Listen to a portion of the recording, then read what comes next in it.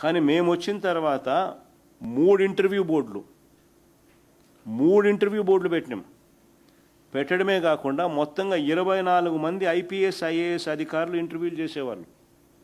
24 మంది, ఒకరు కాదు, గతంలో మాదిరిగా ఒకరు కాదు బోర్డు మెంబర్. 24 మంది ఐపీఎస్ ఐఏఎస్లు ఇంటర్వ్యూలు చేశారు. ఒక బోర్డు కాదు, 3 బోర్డులు. దీంతో పాటు రాష్ట్రంలోని వివిధ యూనివర్సిటీలకు చెందిన 6 వీసీలు కూడా ఇంటర్వ్యూలు చేసిన వారిలో ఉన్నారు. ఏ ఇంటర్వ్యూ, ఇది మోస్ట్ ఇంపార్టెంట్, ఏ ఇంటర్వ్యూలో ఏ బోర్డు మెంబర్ ఉన్నారో కూడా తెలియకుండా జంబ్లింగ్ పాటించినారు. అసలు క్యాండిడేట్కే తెలియదు అసలు ఏ బోర్డు లేకపోతున్నాడు, ఆ బోర్డులో ఎవరున్నారని. This is revolution. ఏ ఇంటర్వ్యూలో ఏ బోర్డు మెంబర్ ఉన్నారో కూడా తెలియకుండా జంబ్లింగ్ పాటించారు. అంత పగడ్బందీగా ఎంపిక జరిగింది. ఇప్పుడు చంద్రబాబు నాయుడు ఏం చేసినాడు తెలుసా, దీన్ని పక్కన పడేసినాడు. చంద్రబాబు నాయుడు ఏం చేసినాడు అది కూడా అందరికీ తెలియాలి. చంద్రబాబు నాయుడు దీన్ని పక్కన పడేసి మళ్ళీ ఒకే ఇంటర్వ్యూ బోర్డును చంద్రబాబు నాయుడు తీసుకొచ్చినాడు. మళ్ళీ పాత పద్ధతి.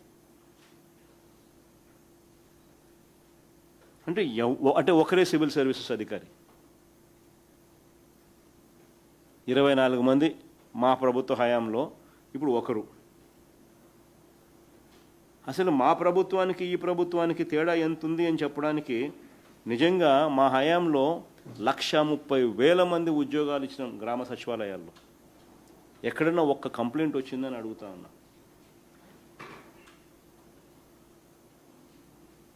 ఎప్పుడన్నా కంప్లైంట్ వచ్చిందని అడుగుతా. 1,30,000 ఉద్యోగాలు గ్రామ సచివాలయాల్లో మేము ఇచ్చినాం. చిత్తశుద్ధి, ట్రాన్స్పరెన్సీ అంటే అది. ఇక్కడ చూస్తే 372 మందికి వీళ్ళే జీవోలు ఇచ్చి, వీళ్ళ ఎమ్మెల్యేల సర్టిఫికెట్లు ఇచ్చి, వీళ్ళ ఎంపీలే సర్టిఫికెట్లు ధృవీకరించి ఇష్టం వచ్చినట్టుగా ఏ ఎగ్జామ్ లేకుండా ఉద్యోగాలు ఇచ్చుకుంటూ స్కాములు చేస్తూ ఉన్నారు. 1,30,000 ఉద్యోగాలు గ్రామ సచివాలయాలు మేము ఇచ్చినాం. ఒక ఆరోపణ వచ్చిందా? వైఎస్ఆర్సీపీ ప్రభుత్వ హయాంలో ఏపీపీఎస్సీ ద్వారా 78 నోటిఫికేషన్లు ఇచ్చి 6,296 పోస్టులు భర్తీ చేసినాం. ఎక్కడైనా ఒక్క కాంట్రవర్సీ అన్న వచ్చిందని అడుగుతా ఉన్నా. మా హయాంలో వైఎస్ఆర్సీపీ 78 నోటిఫికేషన్లు ఇచ్చి 6,296 పోస్టులు ఇచ్చి భర్తీ చేసినాం. ఎక్కడా కూడా విభేదాలు లేవు, ఎక్కడా కూడా వివాదాలు లేవు, కాంట్రవర్సీస్ ఎక్కడా లేవు. మేము ఇచ్చిన దాంట్లో 7 నోటిఫికేషన్ చంద్రబాబు పెండింగ్లో పెట్టినాడు, మరో 2 రద్దు చేశాడు. ఇది చంద్రబాబు నాయుడు గారికి నిరుద్యోగుల మీద ఉన్న ప్రేమ.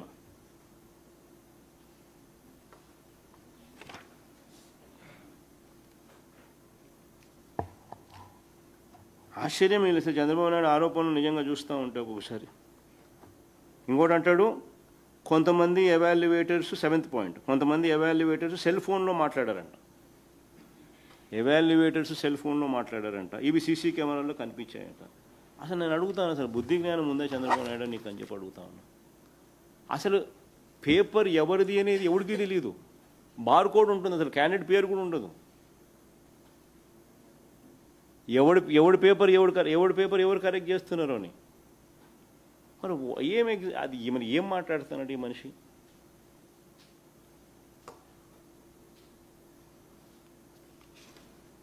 పైగా సీసీ కెమెరాలు కూడా ఉన్నాయి. మళ్ళీ అలా ఫోన్లలో మాట్లాడిన వారిని విచారించారు కదా. మళ్ళీ అడుగుతాను, అది కూడా ఫోన్లో మాట్లాడినానంటాను కదా, సీసీ కెమెరాలో కనిపించినాయి కాబట్టి నువ్వు అడుగుతావు. నువ్వు మరి వాళ్ళని విచారించినారు కదా, ఏం జరిగింది? వాళ్ళు ఏమైనా చెప్పినారా?